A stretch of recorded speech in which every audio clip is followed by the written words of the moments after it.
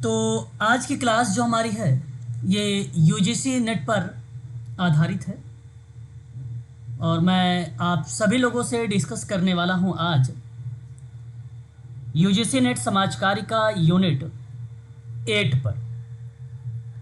हम unit number 7 समाप्त कर चुके हैं और आज डिस्कस करेंगे आप लोगों से यूनिट नंबर 8 पर। यूनिट नंबर 8 में आप लोगों को मैं बता दूं कि इसमें भारत का संविधान पढ़ेंगे, सामाजिक न्याय और नेतृत्व। ठीक है, ये पीडीएफ अगर हम बात करें आप लोगों से तो कुल टोटल 113 पेज का है, कुल टोटल पेज यहाँ पीडीएफ में। और इसमें इन्वॉल्व किया गया है भारत का संविधान, सामाजिक न्याय और नेतृत्व। इसके बाद आपको मैं यहाँ पे प्रोवाइड कराऊंगा पार्ट 2, जहाँ आप सभी लोग देखेंगे पार्ट 2 में सामाजिक न्याय के उपकरण, मानवाधिकार, फिर उसके बाद मानवाधिकार तथा समाज कार्य और मानवाधिकारों का उल्लंघन तथा समाज कार्य अभ्यास। ये 4 पॉइंट आप लोग पार्ट 2 में देखेंगे। ठीक है, ये चीज़ें आप लोगों को ध्यान में रखना है। ठीक है, तो चलिए शुरुआत करते हैं। भारत के संविधान, ये हमारा टॉपिक है आज का। एक मिनट, थोड़ा सा होल्ड रखिएगा। आ जाओ। भारत का संविधान, ये टॉपिक बहुत इम्पोर्टेंट है। परीक्षा में यहाँ से सवाल हम लोगों को देखने को मिलता है और मैं चाहूँगा कि इसे आप लोग बहुत देखिएगा और कॉपी पेन साथ में लेकर बैठिएगा। इम्पॉर्टेंट चीज़ें हैं, इसलिए कॉपी पेन साथ में लेकर चलेंगे। ठीक है, भारत का संविधान दुनिया का सबसे लंबा लिखित संविधान है। भारत का संविधान, इसे 26 नवंबर 1949 यानी 1949 को 26 नवंबर 1949 को ये अपनाया गया था और 26 जनवरी 1950 को ये बेसिकली लागू किया गया था। ठीक है, तो ध्यान रखिएगा, भारत के संविधान को लागू किया गया 26 जनवरी 1950 को और अपनाया गया था 26 नवंबर 1949 को। परीक्षा में सवाल पूछता है कि बताइए कब अपनाया गया भारत का संविधान, तो आपको ये डेट याद रखनी पड़ेगी 26 नवंबर की। और कब लागू किया गया, तो डेट आपको याद रखनी होगी 26 जनवरी को। इसे डॉक्टर भीमराव अंबेडकर जी की अध्यक्षता में, ठीक है, संविधान सभा, ठीक है, अध्यक्षता में संविधान सभा ने इसको बनाया था। अब यहाँ पर ध्यान रखिएगा, एक नाम आया है संविधान सभा का। ठीक है, तो बता दूं, भारतीय संविधान का जब निर्माण हो रहा था तो उस 5 महत्वपूर्ण बिंदु हुए थे। जैसे मैं एक बात यहाँ पे समझाना चाहूँगा आप लोगों को, आप चाहो तो नोट भी कर सकते हो कि भारतीय संविधान, ठीक है, भारतीय संविधान का जब निर्माण हो रहा था तो उस प्रक्रिया में 5 बातें आप लोगों को ध्यान रखना पड़ेगा।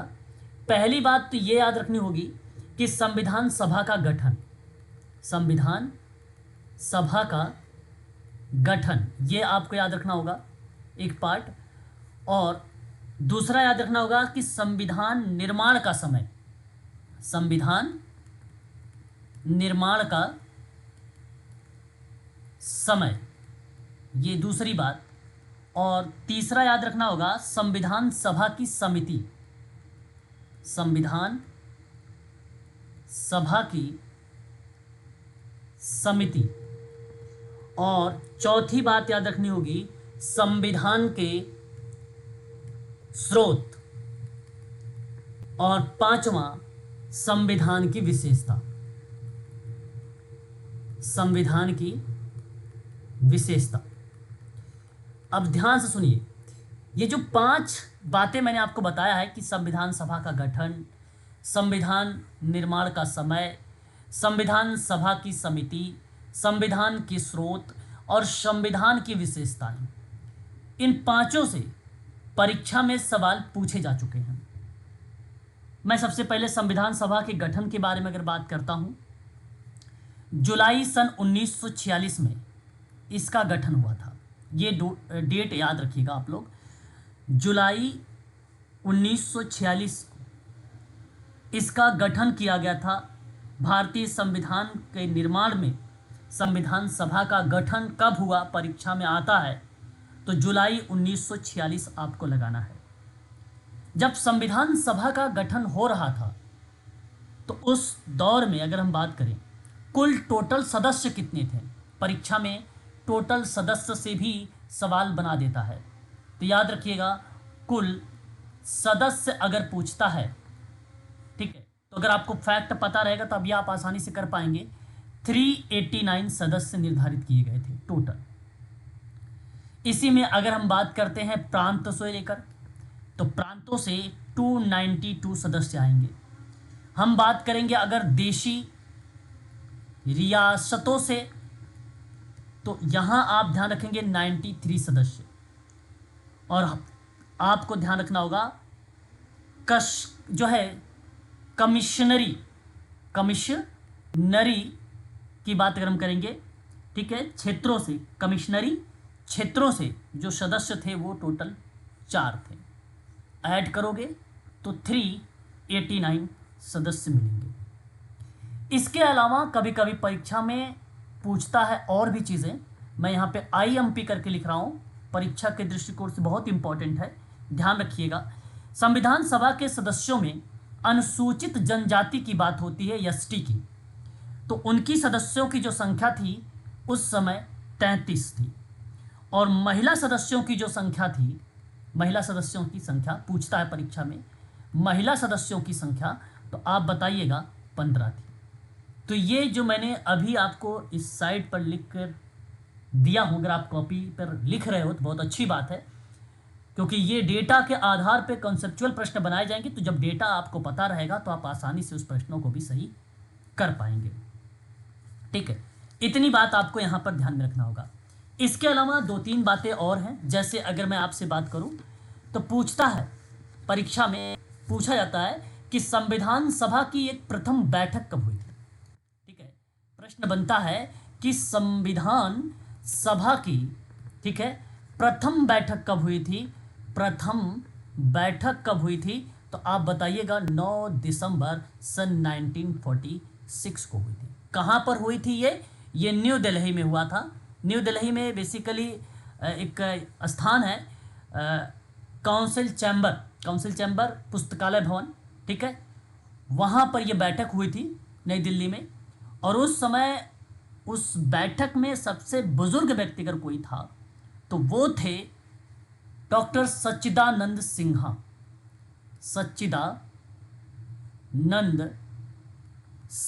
का नाम था। याद रखिएगा सच्चिदानंद सिन्हा के बारे में। और उस समय इन्हें जो है अस्थाई अध्यक्ष चुना गया था। अस्थाई का मतलब ये था कि इन्हें बाद में हटाया भी जा सकता है, इसलिए इन्हें अस्थाई अध्यक्ष के रूप में चुना गया था।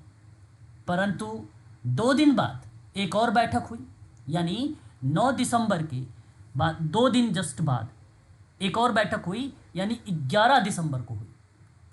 11 दिसंबर सन 1946 की हुई दूसरी बैठक। और इस बैठक में अगर मैं बात करता हूं तो अस्थाई रूप से अध्यक्ष चुना गया। फिर अस्थाई रूप से अध्यक्ष चुना गया डॉक्टर राजेंद्र प्रसाद को, डॉक्टर राजेंद्र प्रसाद, ठीक है, याद रखेंगे। और उपाध्यक्ष के रूप में परीक्षा में तो बेसिकली उपाध्यक्ष का तो नाम नहीं आता है, लेकिन अगर आप नोट करना चाहते हो अपनी जानकारी के लिए तो मैं आपको यहाँ पर बता देता हूँ, HC मुखर्जी, ठीक है, याद रखिएगा। हालांकि परीक्षा में नहीं पूछा जाता है ये, ठीक है, लेकिन अगर आप चाहो तो नोट कर लेना HC मुखर्जी का नाम, ठीक है, किसमें, उपाध्यक्ष में, ठीक है। इसके अलावा BN राव का नाम आता है, BN राव का नाम आता है। और इनका नाम याद रखिएगा संवैधानिक सलाहकार में, ठीक है, किसमें, संवैधानिक, ठीक है, सलाहकार में। तो ये भी अपने आप में एक इम्पॉर्टेंट तथ्य है, हालांकि परीक्षा में तो नहीं आया, हो सकता है फिर पूछ लिया जाए। ये बात थी 9 और 11 दिसंबर की। इसके अलावा मैं एक और डेट बताता हूँ जस्ट 2 दिन बाद, 13 दिसंबर की। 13 दिसंबर 1946 की ये डेट ध्यान से सुनिएगा। इस डेट को पंडित जवाहरलाल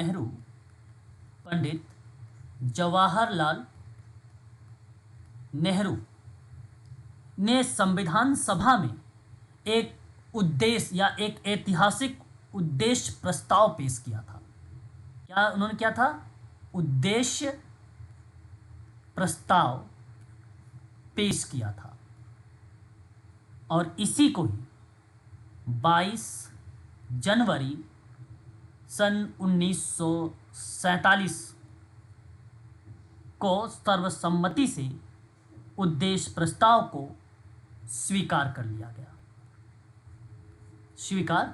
गया। तो ये थी डेट, आप इसमें जरूर ध्यान रखिएगा परीक्षा के दृष्टिकोण से, ठीक है। इसके अलावा मैंने आपको बताया था संविधान निर्माण के समय को लेकर, और समय आप भलीभांति तरीके से जानते हैं। कुल कितना समय लगा था संविधान को बनाने में? कोई ऐसा बच्चा है? 2 साल 11 महीना 18 दिन। बिल्कुल, बहुत बढ़िया। तो अगर परीक्षा में आपसे पूछता है तो वो समय आप बता सकते हो, है ना। हालांकि इजी है लेकिन एग्जाम में आएगा नहीं उतना ही, ठीक है। उसके बाद अगर हम बात करते हैं तो कुछ बड़ी समितियां थीं। बड़ी समितियों को थोड़ा सा आपको ध्यान में रखना है। जैसे समितियों में अगर हम बात करते हैं, एक समिति है संघीय संविधान की समिति। संघीय संविधान समिति, तो इसमें नाम याद रखिएगा पंडित जवाहरलाल नेहरू जी का नाम। पंडित जवाहरलाल नेहरू जी का नाम, ठीक है। और एक आती है प्रारूप समिति। प्रारूप समिति बहुत इंपॉर्टेंट है, हो सकता है ये दिसंबर में देखने को सवाल मिले भी। डॉक्टर भीमराव अम्बेडकर का नाम, ठीक है। अम्बेडकर जी का नाम लगाइएगा, ठीक है। प्रारूप समिति है ना। और एक संचालन समिति है, परीक्षा में तो नहीं आया है बट लगता है मुझे कि थोड़ा सा इंपॉर्टेंट है। तो संचालन समिति में आप डॉक्टर राजेंद्र जी का नाम याद रखिएगा। सबसे ज़्यादा इंपॉर्टेंट परीक्षा में अगर कोई सवाल दिखेगा तो मैं आपको बता रहा हूँ यही दिखेगा, प्रारूप समिति के अध्यक्ष। इन केस अगर आया तो ये बात आप जरूर ध्यान रखिएगा, ठीक है। उसके बाद अगर हम बात करते हैं भारतीय संविधान के कुछ स्रोतों पर, हम लोग बात कर रहे थे। स्रोत बेसिकली सबसे ज़्यादा अगर कहीं से लिया गया है तो आप याद रखिएगा भारत शासन एक अधिनियम के बारे में। भारत शासन एक एक्ट है जो 1935 का है।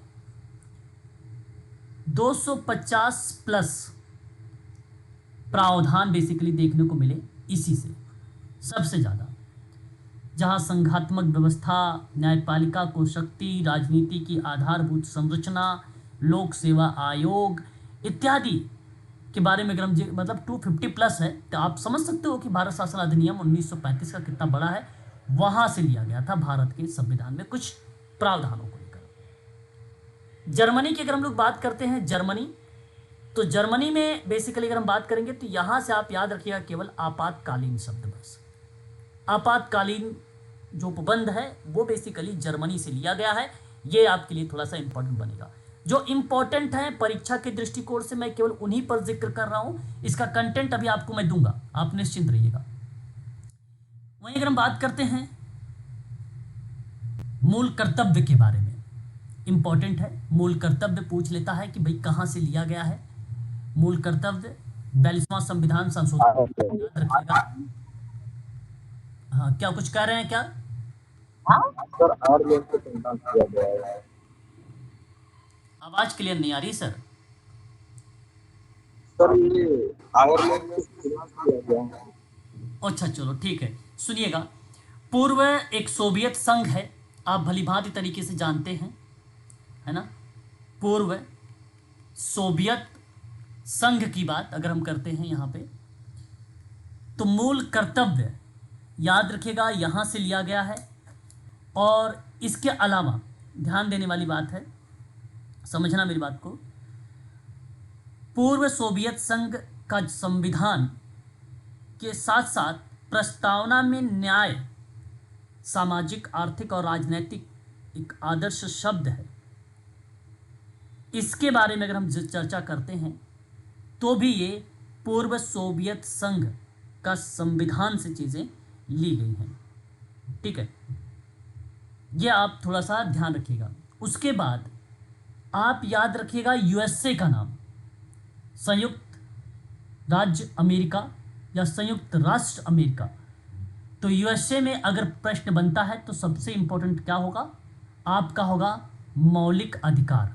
सबसे ज़्यादा इंपॉर्टेंट ये परीक्षा में आता है, मौलिक अधिकार और सर्वोच्च न्यायालय। सर्वोच्च न्यायालय, ये दो बातें याद रखिएगा यूएसए से। बात करते हैं ब्रिटेन, मतलब ब्रिटिश। ब्रिटिश का नाम आप सब भलीभांत तरीके से जानते हैं, इंग्लैंड। आप कह सकते हैं यहाँ से अगर कुछ ली गई है तो संसदीय प्रणाली ली गई है। ये परीक्षा में आता है, संसदीय प्रणाली ली गई है। कहीं कहीं कभी कभी एकल नागरिकता वगैरह पूछता है तो एकल नागरिकता भी यहीं से लिया गया है, एकल नागरिकता भी। ठीक है, उसके बाद अगर हम बात करते हैं कनाडा, कनाडा इंपॉर्टेंट है। कनाडा से अगर कुछ लिया गया है तो संघ की शक्तियां ली गई हैं, याद रखिएगा, संघ की शक्तियां ली गई हैं। ठीक है, और राज्य के बीच और संघ के बीच जो शक्तियां हैं उसके वितरण के बारे में बताया गया है कनाडा से। ठीक है, तो संघ जब भी कभी आए तो याद रखिएगा कनाडा से लिया गया है। अब बात करते हैं ऑस्ट्रेलिया से।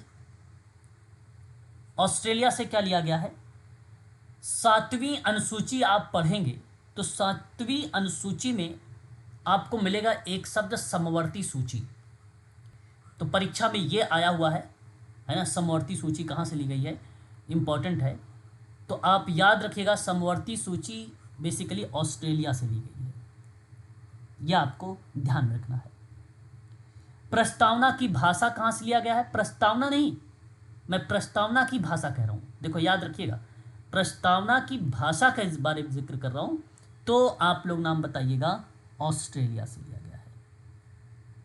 ठीक है, बात आती है डीपीएसपी कहाँ से लिया गया है, DPSP, direct to principle state policy, आप कह सकते हो राज्य के नीति निर्देशक तत्व। तो ये लिया गया है आयरलैंड से, ये भी परीक्षा के लिए बहुत इंपॉर्टेंट है, लिया गया है आयरलैंड से। एक मिनट थोड़ा सा होल्ड रखिएगा।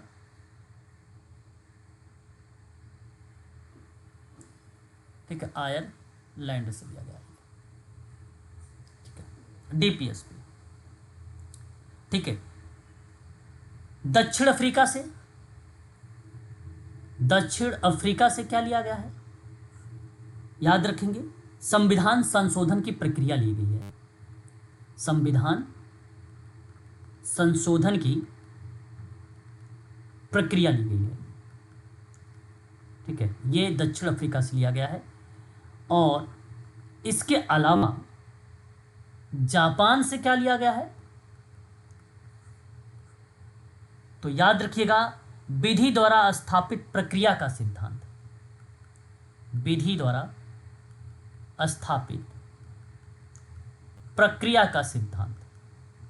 बस ये थे स्रोत, तो इंपॉर्टेंट थे, इसलिए यहाँ पे मैंने आप लोगों से थोड़ा थोड़ा जिक्र कर लिया है, इसको आप ध्यान रखिएगा। अब आइए इस साइड पीडीएफ पर।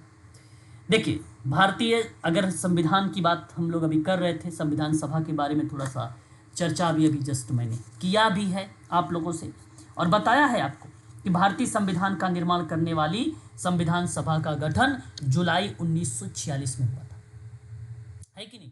जुलाई 1946 की बात मैं आप लोगों से कर रहा हूँ, यहाँ आप ध्यान रखिएगा, जुलाई 1946। अध्यक्ष के रूप में अगर मैं आपसे बात करूं तो अस्थाई रूप से किसको अध्यक्ष बनाया गया था, तो आप बताओगे अस्थाई रूप से राजेंद्र प्रसाद जी को। और ये कब बनाया गया, तो डेट आप भी मुझे बताओगे। अभी अभी मैंने आपको बताया है 11 दिसंबर सन 19 बताओ 46 को। और अस्थाई के रूप में किसको मैंने बताया अभी अभी 9 दिसंबर 1946 की सच्चिदानंद सिन्हा। सच्चिदानंद सिंह। सच्चिदानंद सिन्हा। बिल्कुल, बहुत बढ़िया। ये आपको ध्यान रखना है। मसौदा समिति के अध्यक्ष के रूप में, मसौदा मतलब प्रारूप, ठीक है, अभी अभी मैंने आपको बताया है डॉक्टर भीमराव अंबेडकर जी का नाम, ये आपको ध्यान रखना है। हालांकि संविधान सभा में कुल टोटल बैठकों की अगर हम बात करते हैं तो वो था 166 बैठक। हालांकि परीक्षा में नहीं, ये इंपॉर्टेंट है, फिर भी आप ध्यान रखिएगा। संविधान बनाने में लगभग कितना समय लगा था, आप लोगों ने अभी भी बताया है, ठीक है, और ये आप ध्यान में रख सकते हो, बट मुझे नहीं लगता कि ये परीक्षा में आएगा। इजी क्वेश्चन ज़्यादा आइए, ठीक है। अब बात करते हैं संविधान की संरचना पे, ठीक है। देखिए, यहाँ संविधान की संरचना पे अगर हम लोग जिक्र करें तो हमें देखने को मिलेगा भाग, ठीक है। संविधान की संरचना में वर्तमान समय पर अगर बात होती है तो याद रखिएगा भाग है 25, पहले थे यहाँ पर बेसिकली अगर हम चर्चा करेंगे तो 22 भाग, है ना। याद रखिएगा ये सारी छोटी छोटी जो बातें हैं, ठीक है। संविधान की संरचना में भाग, अनुच्छेद, अनुसूची, परिशिष्ट जैसे शब्द आते हैं और इन सभी शब्दों से सवाल परीक्षा में बनाए जाते हैं, तो ध्यान देने वाली चीज़ें हैं, ठीक है। तो भाग कितने थे पहले मूल रूप से, तो क्या बताओगे 22 मूल रूप से। वर्तमान में कितने हैं 25, ये आपको ध्यान रखना है। संविधान के भीतर लिखे गए विस्तृत कानूनी प्रावधान है, जहां कुल अनुच्छेदों की जब बात मूल रूप से होती है, कितना मूल रूप पे, तो वहां पर आप बताओगे 395। और आज अगर वर्तमान की बात करेंगे तो 470 प्लस अनुच्छेद है। प्लीज मैम म्यूट हो जाइए। और ये बेसिकली अगर हम चर्चा करें तो ये संशोधन के कारण से बढ़े हैं। किसमें, इसमें संशोधन के कारण से बढ़े हैं, ये बात आपको ध्यान रखना है। जो 470 हो गए, 470 प्लस हो गए। वहीं बात करते हैं अनुसूचियों को लेकर। मूल रूप से कितने अनुसूची थी, मूल रूप से 8 अनुसूची थी। आज वर्तमान में कितनी अनुसूची है, आप बता सकते हो कि सर 12 अनुसूची है ना। ये चीज़ आपको ध्यान रखना है। परिशिष्ट एक शब्द है, एक उपबंध है। संविधान में परिशिष्ट बेसिकली सीधे तौर पे कुछ है नहीं, लेकिन इसके संदर्भ में या इस संदर्भ के रूप में कुछ प्रस्ताव होते हैं, कुछ ऐतिहासिक उल्लेख होते हैं, कुछ अधिनियम होते हैं इत्यादि। बहुत सारे ऐसे अलग से प्रकाशित संस्करणों में शब्द हमें देखने को मिलते हैं परिशिष्ट शब्द, ठीक है। उन परिशिष्टों में अगर पाठ हमें देखने को मिलता है तो 5 है, लेकिन परीक्षा के दृष्टिकोण से ये सवाल परीक्षा में नहीं बनाए जाएंगे, ये बात ध्यान रखिएगा। अमेंडमेंट की बात करते हैं। आपने भली भांति तरीके से जानते हो संशोधन के बारे में। संविधान के या संविधान में समय समय पर परिवर्तन को दर्शाने वाली कुछ सूचियां हैं। 1950 से लेकर आज वर्तमान में अगर मैं आपसे बात करता हूं, 1950 से लेकर, ठीक है, हाल में जो संशोधन या जितने संशोधन हुए हैं, हालांकि संशोधन तो 100 प्लस हैं। संशोधन कितने हैं 100 प्लस, नोट कर लो, संशोधन 100 प्लस है।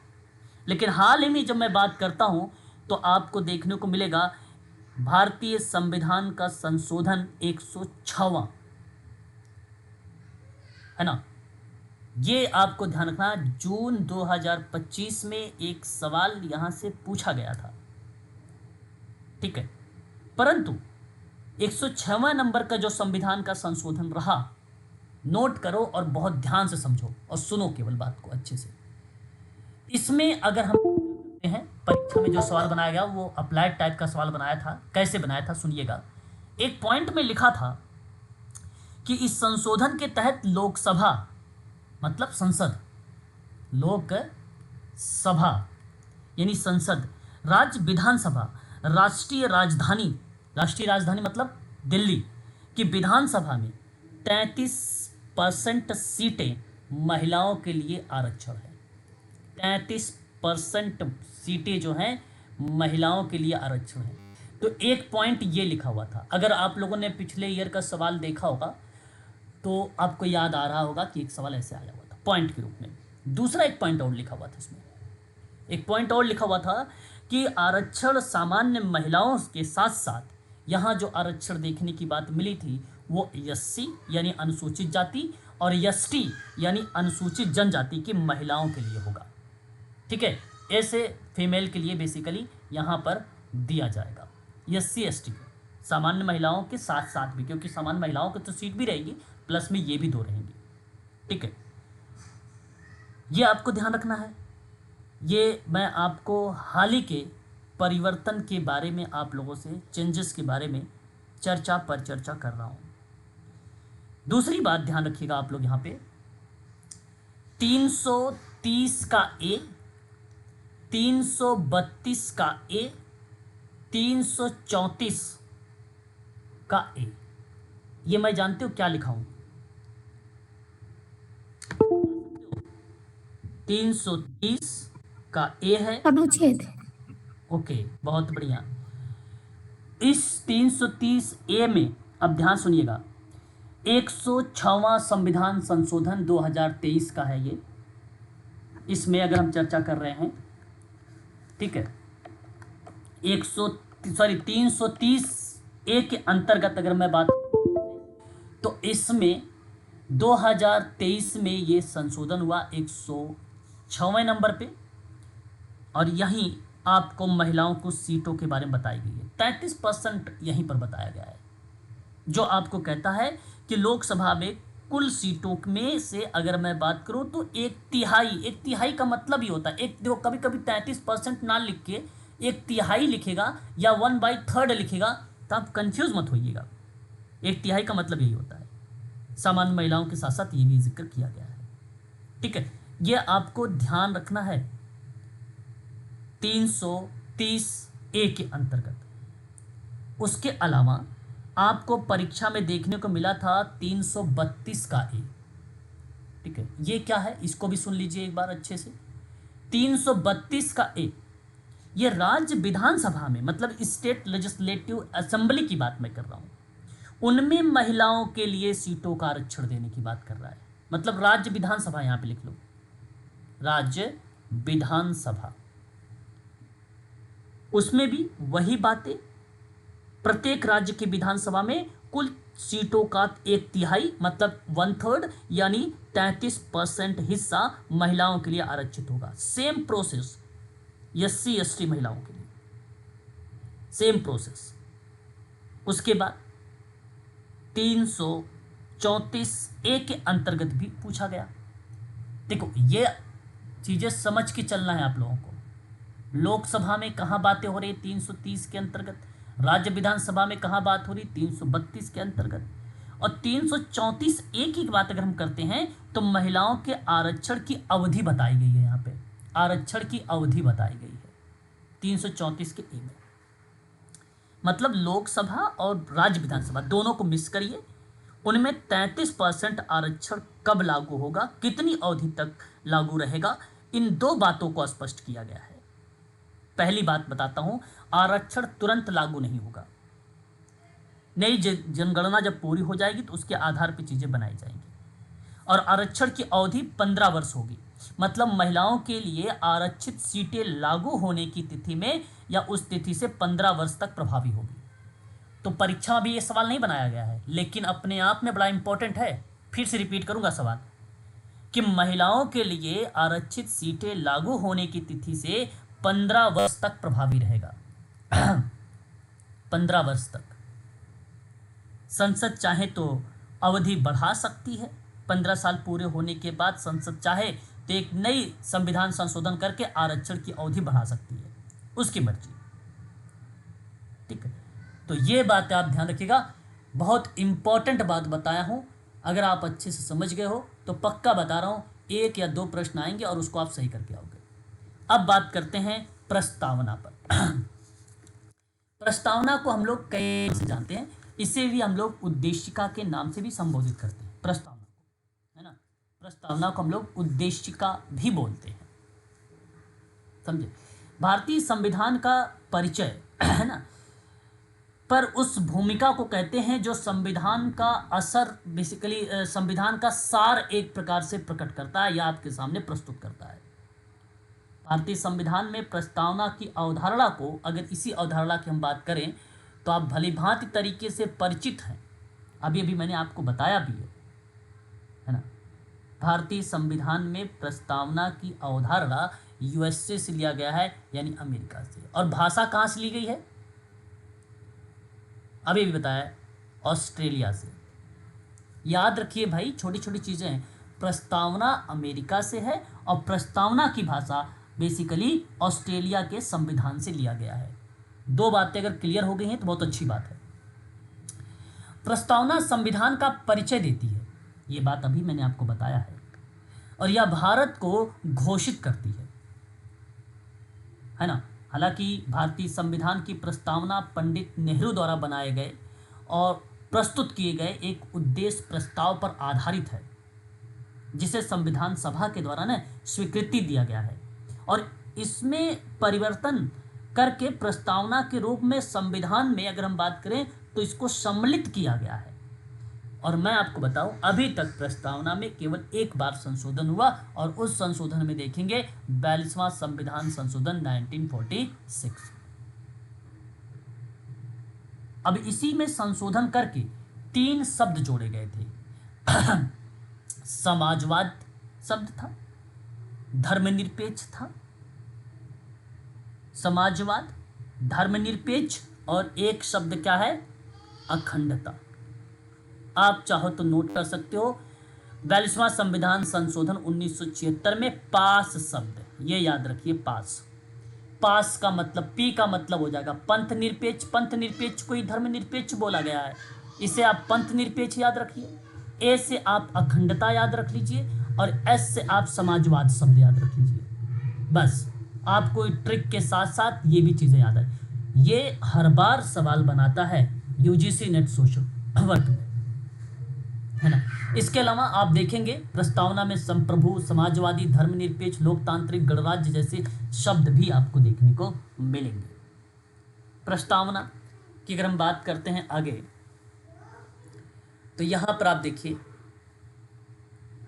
है ना। अच्छा, प्रस्तावना की थोड़ी सी बातें वहाँ पे लिखी गई थी, अभी आगे मिलेगा प्रस्तावना थोड़ा सा और। देखो आगे हम बात करते हैं मौलिक अधिकार के बारे में। संरचना पढ़ रहे हैं थोड़ा सा भारतीय संविधान के अंतर्गत, है ना।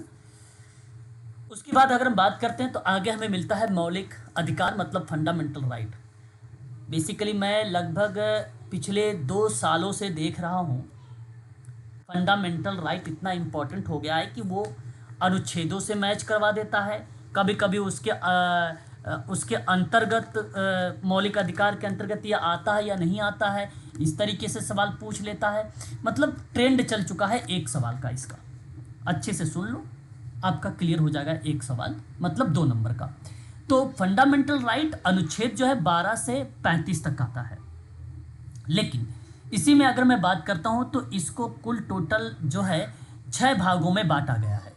हालांकि पहले 7 भाग थे, लेकिन संपत्ति का एक अधिकार था, उसको हटा दिया गया। अभी हम बताएंगे, इस पर चर्चा करेंगे कि हटा के कहाँ रखा गया, इसको निरसन किया गया है। परंतु ध्यान रखने वाली बात यह है कि इसमें एक समता का जो अधिकार है वो आर्टिकल आता है आपका 14 से लेकर 18। फिर उसके बाद आता है स्वतंत्रता का अधिकार, जहां 19 से लेकर 22। याद रखना ये अनुच्छेद भी, ये मैं आर्टिकल की बात कर रहा हूँ इस साइड। और फिर शोषण के विरुद्ध के अधिकार की बात करता है, जहां आर्टिकल आता है 23 से 24 को लेकर। धर्म की स्वतंत्रता के अधिकार की बात करता हूँ या धार्मिक स्वतंत्रता की बात करता हूँ तो 25 से लेकर यहाँ पर 28 तक आता है। सांस्कृतिक एवं शैक्षिक अधिकारों की बात करता हूँ अगर मैं यहाँ पर, तो ये आता है आपका 29 से लेकर 30 के बीच में। और संवैधानिक उपचार के अधिकार की बात करता हूँ तो यह आर्टिकल आपका 32 आता है। तो कुल टोटल बेसिकली मौलिक अधिकार को 6 भागों में डिवाइड किया गया। अनुच्छेद 12 से शुरू होता है, ये अनुच्छेद 35 तक चलता है। अनुच्छेद 12 से 35 तक जाता है। साथ ही साथ मैं आपको बता दूं ये कौन से भाग में आता है, तो भाग 3 में आता है। ये किस में आता है? ये भाग 3 में आता है। और मौलिक अधिकार का मतलब यही था कि लोकतांत्रिक राजनीतिक व्यवस्था में ना आदर्शों की उन्नति करना। ठीक है, लोकतांत्रिक और राजनीतिक व्यवस्थाओं में आदर्शों की उन्नति करने के बारे में जिक्र किया गया है फंडामेंटल राइट में। ठीक है, साथ ही साथ मैं आपको बता दूं मौलिक अधिकारों का मुख्य उद्देश्य यही था कि विधि की सरकार यानी विधि का शासन स्थापित करना है, ना कि व्यक्ति का विधि का शासन स्थापित करना है इसको।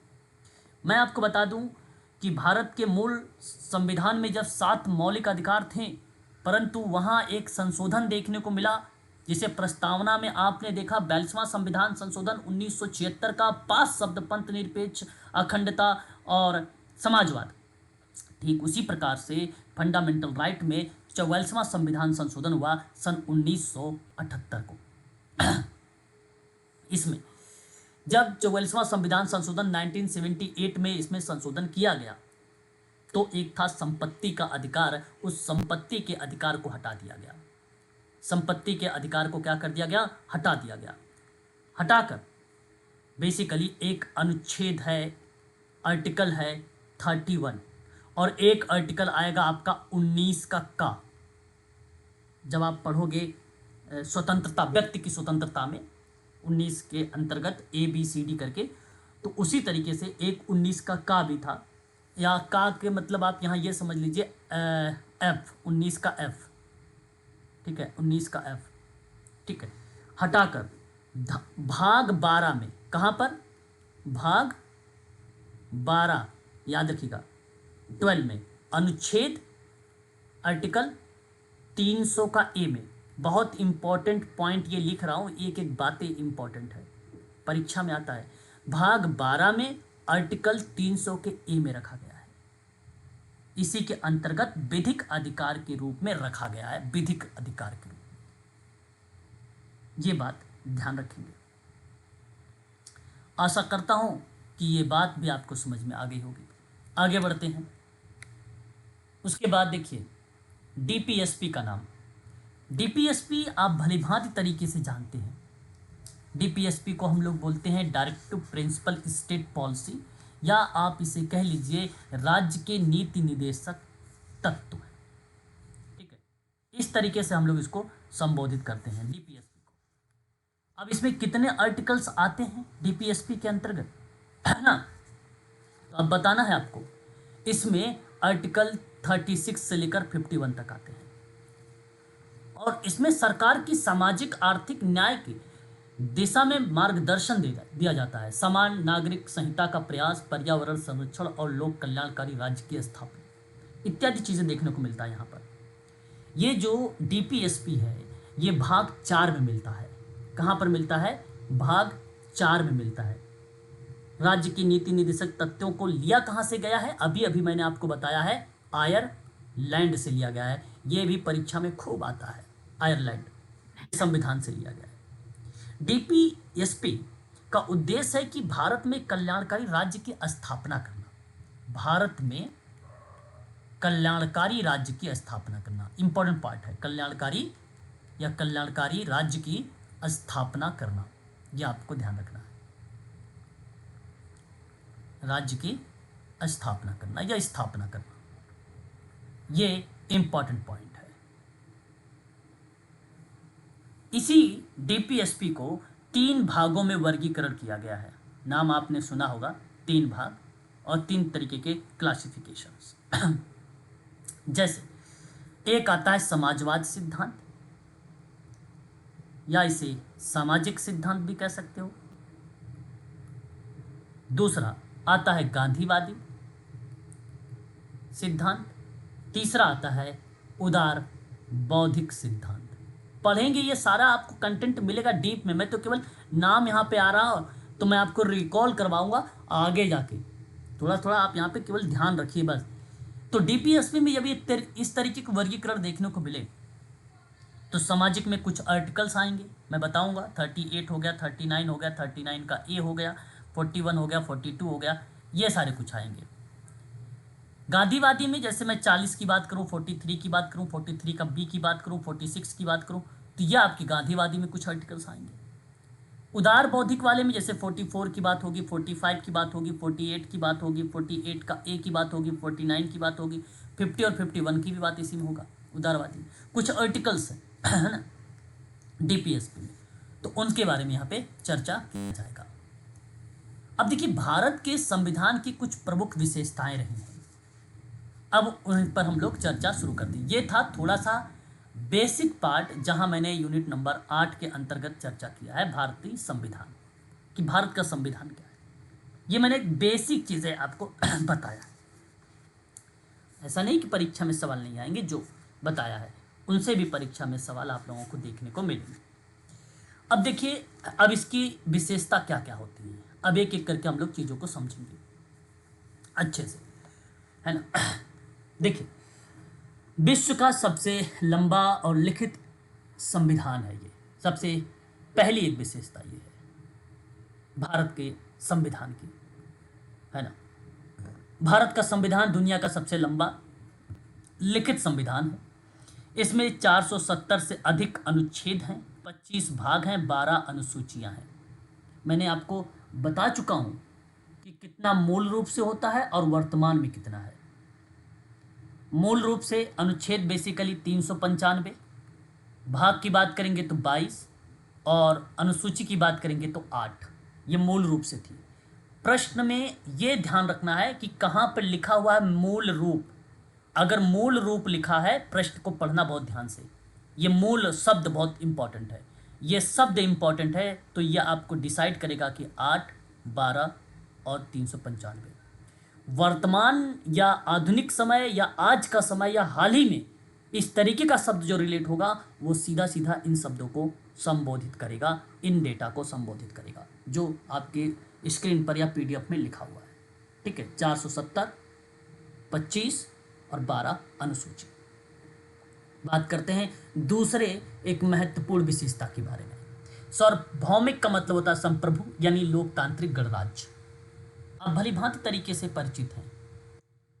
भारत एक संप्रभु समाजवादी धर्मनिरपेक्ष लोकतांत्रिक गणराज्य है। यह शब्द प्रस्तावना में शामिल है, भली भांति तरीके से आप जानते हो। तो इसलिए सार्वभौमिक का मतलब होता है संप्रभु लोकतांत्रिक गणराज्य। भारत एक संप्रभु समाजवादी धर्मनिरपेक्ष लोकतांत्रिक गणराज्य है। प्रस्तावना में, वर्तमान में या शब्द समूह इस प्रकार बनाए गए हैं जैसे संप्रभु समाजवाद धर्मनिरपेक्ष लोकतांत्रिक गणराज्य।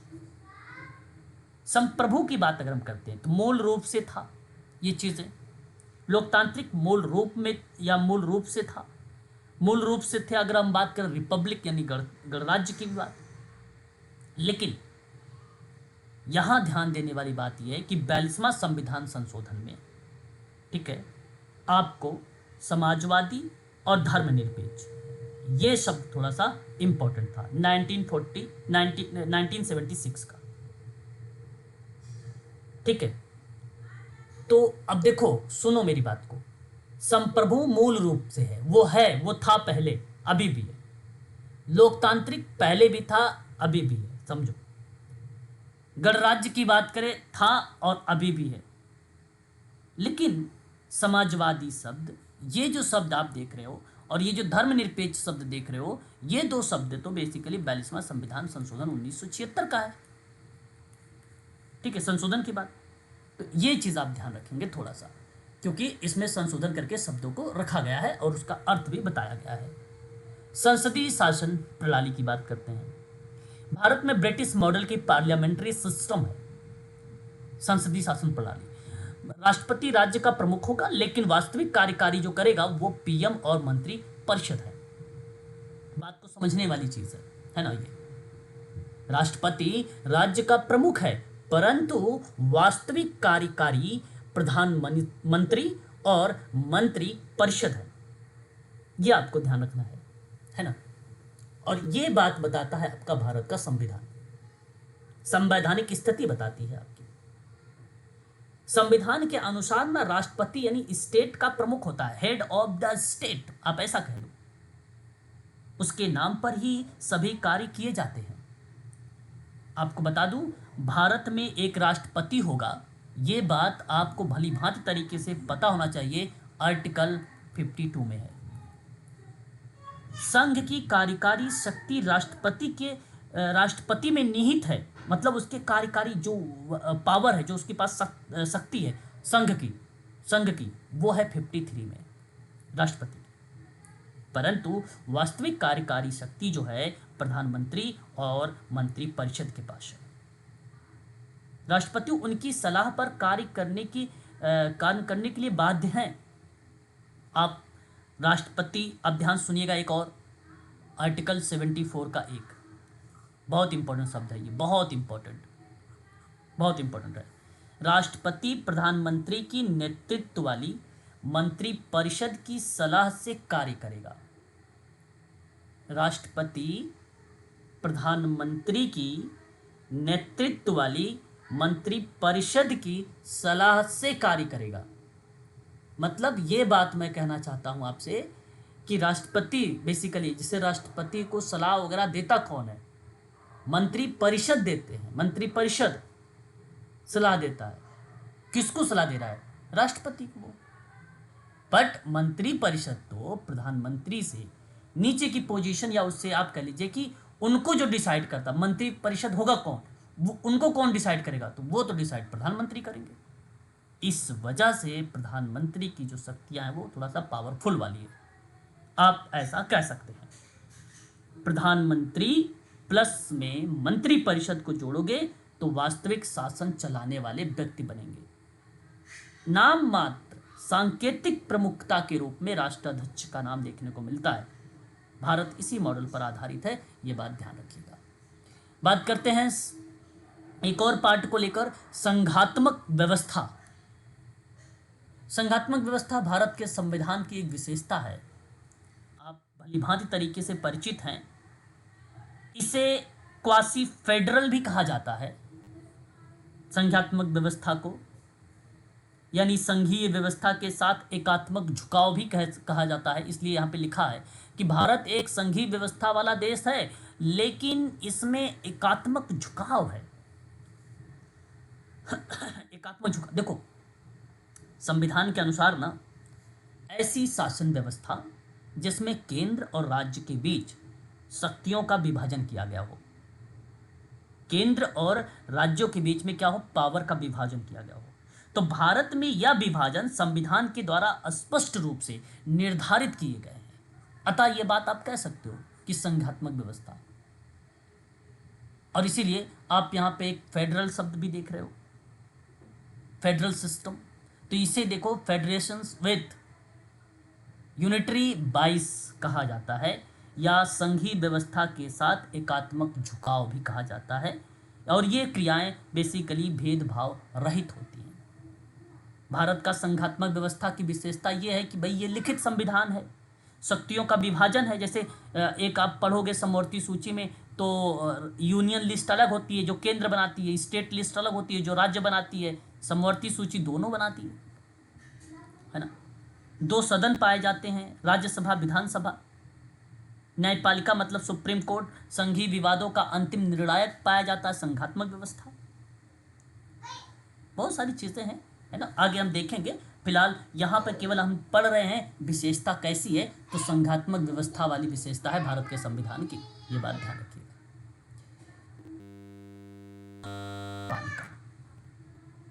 ठीक है, भारत के संविधान की एक प्रमुख विशेषता स्वतंत्र न्यायपालिका भी है। स्वतंत्र न्यायपालिका का मतलब देखो, सर्वोच्च न्यायालय, उच्च न्यायालय और अधीनस्थ न्यायालय भी देखने को मिलता है ना। न्यायपालिका ऐसी व्यवस्था जिसमें अदालत, कार्यपालिका, सरकार जिसको कहते हैं और विधायिका के प्रभाव से मुक्त होकर अपना कार्य करती है, केवल संविधान और विधि के आधार पर निर्णय लेती है ना। ये बात आप यहाँ पे कह सकते हो इसके अंतर्गत, है ना। न्यायपालिका स्वतंत्र रूप से या स्वतंत्र और निष्पक्ष होती है, न्यायपालिका है ना, स्वतंत्र और निष्पक्ष होती है। तो न्यायपालिका एक ऐसी व्यवस्था जिसमें अदालतें यानी सरकार विधायिका के प्रभाव से मुक्त होकर अपना कार्य करती, केवल संविधान और विधि के आधार पर निर्णय लेती है। तो सर्वोच्च न्यायालय का उच्च स्थान, भारत में सुप्रीम कोर्ट संविधान का अंतिम व्याख्याकार है ना, व्याख्याकार है। तो ये चीज़ें इसके अंतर्गत दर्शाया गया है। और स्वतंत्र न्यायपालिका का महत्व है कि मौलिक अधिकारों की रक्षा करना, सरकार के संवैधानिक नियंत्रण पर बात करना, कानून के शासन को बनाए रखना, लोकतंत्र की रक्षा करना, उसको संतुलित रखना, ये सारी बातें हमें देखने को मिलता है इसके अंतर्गत। ठीक है, तो ये चीज़ आप थोड़ा सा यहाँ पे ध्यान में रखेंगे। उसके बाद बात करते हैं एक और शब्द को लेकर। ठीक है, न्यायिक पुनरावलोकन। देखिए, इसका अर्थ है बेसिकली अगर हम बात करें सुप्रीम कोर्ट और हाई कोर्ट को कानूनों की संवैधानिकता जांचने का अधिकार है इसमें, है ना। भारत में न्यायिक पुनरावलोकन के आधार पे कुछ आर्टिकल्स बनाए गए, जैसे एक आर्टिकल है 13।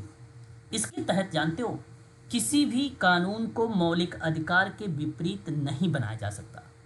फिर से सुनो, IMP है, हो सकता है परीक्षा में देखने को मिले, ये थोड़ा सा यूनिक है। कहता है कि किसी भी कानून को फंडामेंटल राइट यानी मौलिक अधिकार के विपरीत नहीं बनाया जा सकता है। फंडामेंटल राइट के विपरीत नहीं बनाया जा सकता है, यह आप ध्यान रखिएगा। यदि बनाया गया तो वो क्या हो जाएगा, बोलो, शून्य हो जाएगा। यदि बनाया गया तो ना, पुनरावलोकन में संविधान के आधार पर ही आर्टिकल 132 भी आता है, जहाँ सुप्रीम कोर्ट मौलिक अधिकारों की रक्षा हेतु प्रत्यक्ष याचिका को स्वीकार करती है डायरेक्ट रूप से। तो भाई सिंपल बात है कि भारत के संविधान की सर्वोच्चता बनाए रखने के लिए न्यायिक पुनरावलोकन की आवश्यकता है। शक्ति के विभाजन को संतुलित करने के लिए न्यायिक पुनरावलोकन की आवश्यकता है। फंडामेंटल राइट की रक्षा के लिए ये सारी चीज़ें यहाँ पे दिखाई जाती हैं या उसके बारे में जिक्र होता है। आपने सुना भी होगा, केशवानंद भारती मामला आया था 1973 में। वहाँ सुप्रीम कोर्ट ने कहा था कि संविधान का मूल ढांचा बदला नहीं जा सकता है, बदला नहीं जा सकता है। क्यों नहीं बदल सकते? क्योंकि न्यायिक पुनरावलोकन मूल ढांचे का हिस्सा था, ये बात बताया था। क्योंकि हम न्यायिक पुनरावलोकन पढ़ रहे, तो वो केस की बात मैं कर रहा हूँ 1973 की। एक उसी के अलावा एक और केस आया 7 साल बाद, मिनर्वा मिल्स करके आया था। मिनर्वा मिल्स केस आया था एक सन 1980 में। ये वाला जो केस था, इसमें कहा था, न्यायालय ने कहा था, सुप्रीम कोर्ट ने, कि न्यायिक समीक्षा संविधान का एक आवश्यक अंग है। देखो, एक तरफ तो कह रहा है कि न्यायिक पुनरावलोकन मूल ढांचा का हिस्सा, इसलिए हम बदलाव नहीं कर सकते। दूसरी तरफ कह रहा है कि न्यायिक समीक्षा संविधान की आवश्यक अंग है। तो अलग अलग केसेस में अलग अलग बेसिकली सुप्रीम कोर्ट की भी फैसले भी है, निर्णय भी है। ठीक है, तो वो भी ध्यान रखना होगा थोड़ा सा। वही बात करते हैं आगे, फंडामेंटल राइट, है ना। फंडामेंटल राइट में अभी मैंने जिक्र भी किया था आपसे कि भाई 12 से लेकर 35 तक इसमें आर्टिकल्स आते हैं। अगर नागरिकों की समानता, स्वतंत्रता, शिक्षा, धर्म इत्यादि के आधार पे या उसके अधिकार पर जिक्र किया गया है ना। तो ये तो अभी हम लोगों ने थोड़ा सा पढ़ा भी था, है कि नहीं, इसके बारे में। आगे बात करते हैं मौलिक मौलिक कर्तव्य यानी फंडामेंटल ड्यूटी। देखो, फंडामेंटल ड्यूटी में मौलिक कर्तव्य मूल रूप से अगर परीक्षा में पूछता है तो आप बताइएगा कि भाई 10 हैं। आज वर्तमान में अगर हम बात करते हैं कुल कितने फंडामेंटल ड्यूटीज़ हैं, तो वो है 11। ठीक है, वो कितने हैं? 11। तो एक बार 42वां संविधान संशोधन जब 1976 में हुआ, तो उस समय एक जोड़ दिया गया। सॉरी, वो तो गलत बता दिया मैंने। 86वां संविधान संशोधन हुआ। 42वां संविधान संशोधन 1976 में जो हुआ था, तो उस समय शुरुआत में 10 मौलिक कर्तव्य थे। ये बात कर रहा 42वां वाला। लेकिन यहाँ पे देखो, जो 86वां की बात मैं करता हूँ, ये जोड़ा गया। 86वां संविधान संशोधन जो हुआ 2002 में, इसमें एक जोड़ा गया था 6 से लेकर 14 वर्ष के बच्चों को, ठीक है, बच्चों को क्या करना है? शिक्षा दिलाने का कर्तव्य होगा, शिक्षा दिलाने का कर्तव्य होगा। ठीक है, तो मतलब एजुकेशन दिलाने की बात कर रहा है ये। तो ये 86वां संविधान संशोधन के अंतर्गत बताया गया था, ये बात ध्यान रखिएगा। और ये चर्चा हुई है भाग 4 के का में हुआ है ना। आर्टिकल की बात कर रहा हूं मैं आपसे, तो आर्टिकल 51 का ए में हुआ है, ठीक है। और इसका उल्लंघन पर सीधे दंड नहीं मिलेगा। अगर आप इसका मौलिक फंडामेंटल, इसमें कानून बनाने में इसका उपयोग किया जाता है, ठीक है। तो ये बेसिकली एक प्रोसेस के माध्यम से। तो अगर आपसे सवाल पूछता है कि बताइए 42वां संविधान संशोधन 1976 में कुल कितने था फंडामेंटल ड्यूटी, तो आप बताओगे 10। 86वां में कितने हो गए, एक ही जोड़ा गया तो हो गए 11।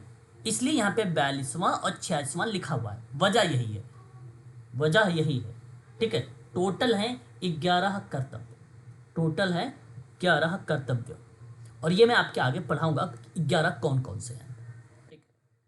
आगे बात करते हैं। फिर भारत की संविधान की एक प्रमुख विशेषता ये भी है कि संविधान में डीपीएसपी के बारे में जिक्र किया गया है ना। सामाजिक, आर्थिक और नीतियों पर बेसिकली मार्गदर्शन देता है ये डीपीएसपी। और कुल टोटल 36 से लेकर 51 तक के यहाँ पे आर्टिकल्स शामिल है।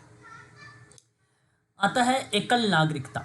भारत के संविधान की बेसिकली अगर हम बात करते हैं, एक विशेषता है कि केवल भारतीय नागरिकता होती है, अमेरिका की तरह दोहरी नहीं होती है। भारत में पूरे देश के लिए केवल एक ही नागरिकता होती है, उसीलिए कहा गया भाई कि भारतीय नागरिकता। अमेरिका जैसे देशों में ना डुअल का मतलब द्वैध का मतलब दोहरी नागरिकता होती है, मतलब राज्य की अलग नागरिकता और संघ की अलग नागरिकता।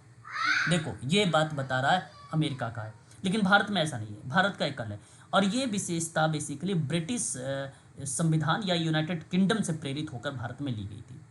और संविधान के भाग 2 में अगर हम बात करेंगे ना, पढ़ेंगे अभी हम लोग भाग 2 में बात करेंगे, तो नागरिकता शब्द वहाँ पर आता है। और कुल टोटल अगर आर्टिकल की बात करेंगे तो 5 से 11 अनुच्छेद बेसिकली हमें नागरिकता में देखने को मिलेगी। राष्ट्रीय एकता को बढ़ावा मिल जाता है एकल नागरिकता से भाई। सभी नागरिकों के लिए समान अधिकार हो जाता है, राज्यों के बीच स्वतंत्रता हो जाती है, व्यापार हो जाता है, निवास हो जाता है, इस तरीके की बातें बनी रहती हैं। वजह यही है। उसके बाद बात करते हैं आपातकाल प्रावधान को लेकर। भारत की प्रमुख विशेषता ये भी है, आपातकालीन प्रावधान अनुच्छेद 352, अनुच्छेद 356, अनुच्छेद 360, 3 प्रकार के बेसिकली क्या है आपातकाल कंडीशंस यानी स्थिति दी गई है। वेरी वेरी मोस्ट इंपॉर्टेंट, मैं चाहूँगा कि आप लोग ध्यान रखिएगा। ये आएगा कथन कारण में, या तो कूट आपको 3-4 पॉइंट लिखेगा, आपको ऑप्शन को छांट के बनाना पड़ेगा इस सवाल को। बहुत ही इंपॉर्टेंट पॉइंट है ये। जैसे मैं आपसे 352 की बात करता हूँ, राष्ट्रीय आपातकाल है ये कब लागू होता है? बेसिकली जब युद्ध होता है, जब बाहरी कोई आक्रमण होता है, सशस्त्र कोई विद्रोह की स्थिति आ जाती है, ठीक है, तो उस कंडीशन में होता है। पहले आंतरिक अशांति थी, जिसे बेसिकली 44वां संविधान संशोधन 44वां जो संविधान संशोधन हुआ वो 1978 के तहत हुआ था। बाद में इसे जो है सशस्त्र विद्रोह किया गया। तो उस कंडीशन में बेसिकली ये आता है। और याद रखिएगा कि राष्ट्रीय आपातकाल है, नेशनल इमरजेंसी इसको मानी जाती है 352 को। लेकिन 356 की बात करता हूँ, राज्य आपातकाल है ये, प्रेसिडेंट्स रूल है। जब राज्य सरकार ना संवैधानिक रूप से चलाने में असफल हो जाए, जब राज्य सरकार संवैधानिक रूप से चलने में असफल होती है, तो उस परिस्थिति में ये 356 लगता है। कहने का अर्थ क्या है कि राज्य की कार्यपालिका राष्ट्रपति के अधीन आ जाती है। नहीं कहते हो आप राष्ट्रपति शासन लागू, राज्य विधानसभा निलंबित हो गई या भंग हो गई, केंद्र सरकार राज्य पर प्रत्यक्ष नियंत्रण ले लेती है। केंद्र सरकार डायरेक्ट क्या कर देती है, राज्य पे कंट्रोल। स्टेट में मान लो जो बिहार में या यूपी में कोई दिक्कत आ गई, चुनाव वगैरह कोई भी मैटर आ गया था, और अगर कंडीशन बनती है तो उस परिस्थिति में डायरेक्ट राष्ट्रपति शासन अगर स्टेट में लागू हो जाती है, तो उसे हम लोग बोलते हैं राज्य आपातकाल। और अनुच्छेद 356 के तहत लागू हो गया। 356 के तहत एक आता है 360 वित्तीय आपातकाल, है ना। जब भारत की वित्तीय स्थिरता या ऋण विश्वसनीयता की खतरा बढ़ जाती है, मतलब ये समझ लीजिए कि केंद्र कर्मचारियों के वेतन भत्ते कम हो सकते हैं, सभी राज्यों को केंद्र के वित्तीय निर्देश मानने पड़ जाते हैं, न्यायाधीशों के वेतन भी कम किए जा सकते हैं, तो उस परिस्थिति में ये चीज़ लागू होता है। 360 के तहत अब तक कभी भी वित्तीय आपातकाल लागू नहीं हुआ है, ये बात और ध्यान रखिएगा। अभी तक लागू नहीं हुआ है, ऐसी कंडीशन अभी तक नहीं आई है। बाकी दोनों तो आ चुकी है, ऊपर वाली भी और नीचे 352 356 हो चुका है। स्वतंत्र और स्वायत्त निर्वाचन आयोग अनुच्छेद आप यहाँ पे देखेंगे, है ना। स्वतंत्र और स्वायत्त निर्वाचन आयोग अनुच्छेद 324, इसमें देखो स्वतंत्र और निर्भीक चुनाव प्रणाली सुनिश्चित करता है। ये भी एक प्रकार की basically election commission of India है। ये इसी के आधार पे 324 दिया गया है और बताया गया है निर्वाचन आयोग के बारे में कि भारत में लोकसभा, राज्य विधानसभा, राष्ट्रपति, उपराष्ट्रपति के चुनाव स्वतंत्र रूप से, निष्पक्ष रूप से, पारदर्शी तरीके से कराने की जिम्मेदारी निर्वाचन आयोग की होगी। ये बात 324 में बताया गया है। ठीक है कि भाई चुनाव आयोग सरकार से स्वतंत्र होता है और इसकी शक्तियां सीधे संविधान से मिलती हैं, इसलिए कोई सरकार इसकी शक्तियों को कम नहीं कर सकती है। तो ये भी भारत का संविधान है, बहुत इंपॉर्टेंट है भाई कि ये भी एक महत्वपूर्ण विशेषता है। उसके बाद देखिए द्वैध संविधान का मतलब है भारत के संविधान की विशेषता सरल, लचीला और कठोर भी मानी जाती है। आप भलीभांति तरीके से जानते हैं, बताने की आवश्यकता नहीं है। इसमें रिजिड का मतलब कठोर होता है, फ्लेक्सिबल का मतलब लचीलापन होता है। ठीक है, दोनों प्रकार की विशेषता है। कठोर, इसमें देखो पहली बात तो ये विशेष जब बहुमत होगा 2/3 जैसे कुल अगर हम बात करते हैं 2/3 की स्थिति उपस्थिति या 1/2 के कुल सदस्य, है ना, ऐसी परिस्थिति में मिश्रण पैटर्न है। ठीक है, तो भारतीय संविधान ना तो पूरी तरह से कठोर है ना तो पूरी तरह से लचीला है, बल्कि कठोर प्लस लचीला दोनों माना जाता है। दोनों चीज़ें पाई जाती हैं उसमें। और बहुमत के लिए चीज़ें तो बनती भैया, जितनी भी चीज़ें होंगी बहुमत अगर होगी, मेजोरिटी रहेगी तभी चीज़ें बन सकती हैं, ला सकता है। साधारण बिल जैसे बहुमत लाना है तो उसके लिए लोकसभा की उपस्थिति अनिवार्य है, मतदान करने की सदस्यों की बहुमत भी अनिवार्य है। ठीक, इस तरीके की चीज़ें वो होनी चाहिए। और जैसे संविधान के महत्वपूर्ण प्रावधान में अगर हम बात करते हैं कठोरता के रूप में, 2/3 बहुमत होना जरूरी है, दोनों सदनों में होना जरूरी है, राज्यों की आधे से अधिक विधानसभा की सहमति भी जरूरी है। तो ये चीज़ें बन जाती है, तो वहाँ पे कंडीशंस कठोर की भी बन जाती है। तो अलग अलग परिस्थिति के आधार पर चीज़ें बनाई गई हैं, बताई गई हैं, ये चीज़ ध्यान रखिएगा। तो मिश्रण है, ठीक है, इसे संशोधन करना ना पूरी तरह से आसान है और ना ही बहुत कठिन भी है। अनुच्छेद 368 के अनुसार संशोधन भी आप कर सकते हैं। इसमें मूल संरचना का सिद्धांत, संसद संविधान को बदल सकती है लेकिन उसकी मूल संरचना को नहीं बदल सकती है। Very very most important line लिखी हुई है यह सिद्धांत। देखो अभी आप लोगों को ऊपर मैंने बताया था केशवानंद भारती केस का 1973 और मिनर्वा मिल्स केस का बताया था 1980 का केस। देखो यहाँ पे लिखा हुआ संसद संविधान को बदल सकती है लेकिन इसकी मूल संरचना को नहीं, ये बात इसके अकॉर्डिंग कही गई है।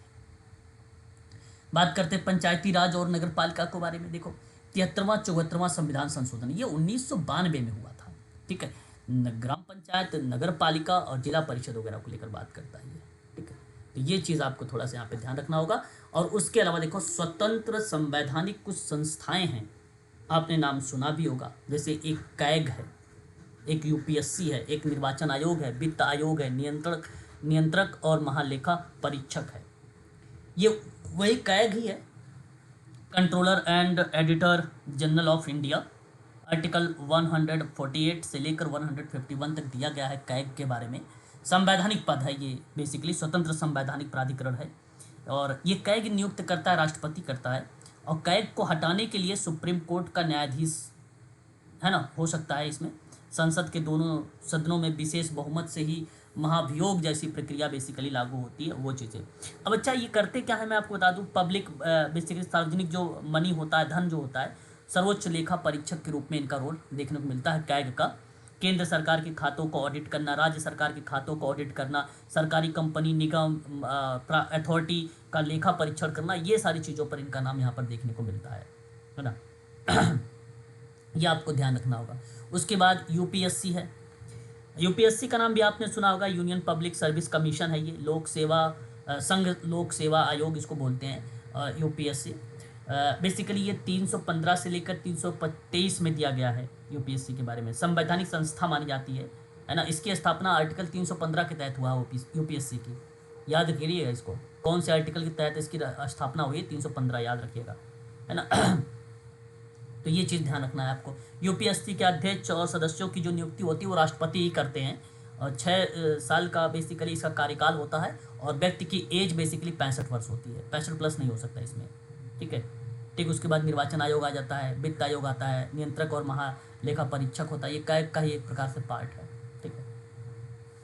तो ये भी एक प्रकार से क्या है, भारतीय संविधान की विशेषता है, ठीक है। अब थोड़ा सा प्रश्न करेंगे, ध्यान से देखना है और फिर प्रश्न करना है। देखो सवाल हमारे सामने परीक्षा में किस तरीके से आएगा वो आप लोगों को यहाँ पे समझ बूझ कर ही जवाब देना है, ठीक है। तो तैयार हो, एक बार प्रश्न कर लिया जाए तो प्लीज़ एक बार स्पष्टीकरण करो, तो सवाल तेजी से हम लोग करना स्टार्ट करते हैं। बोलो सर। चलो फिर तैयार हो तो ठीक है। चलो सवाल देखो, भारत का संविधान किस प्रकार का संविधान माना जाता है, ये सवाल आपके सामने दिया हुआ है, प्लीज। लिखित। लिखित संविधान है, लिखित। बिल्कुल सही जवाब, ऑप्शन नंबर ए करेक्ट होगा। भारत में किस शासन, यह है दूसरा सवाल, भारत में किस शासन प्रणाली का पालन किया जाता है, तो संसदीय शासन प्रणाली का पालन किया जाता है, ऑप्शन बी होगा। संसदीय शासन प्रणाली। हाँ। भारत में किस प्रकार की नागरिकता लागू होती है, किस प्रकार की नागरिकता लागू होती है भारत में, तो आपको एकल नागरिकता। एकल नागरिकता, ऑप्शन सी, ठीक है, बहुत बढ़िया, ऑप्शन सी होगा। बात करते हैं क्वेश्चन नंबर नेक्स्ट को लेकर कि संविधान में संशोधन किस अनुच्छेद से तहत आप कर सकते हो। अभी भी मैंने बताया आपको अनुच्छेद 368। 368, हाँ 368 बिल्कुल। 368। न्यायिक पुनरावलोकन किस अनुच्छेद से संबंधित है, अभी अभी हम लोगों ने जिक्र भी किया था, अनुच्छेद 13। हाँ अनुच्छेद 13। वही बात करते हैं, मूल संरचना सिद्धांत किस केस में दिया गया है। अरे भाई साहब बहुत बढ़िया सवाल। केशवानंद भारती केस। हाँ केशवानंद भारती केस 1973। बात करते हैं, भारत किस प्रकार का संघ है, भारत किस प्रकार का संघ है, तो संघात्मक पर एकात्मक झुकाव वाला। बिल्कुल सही जवाब।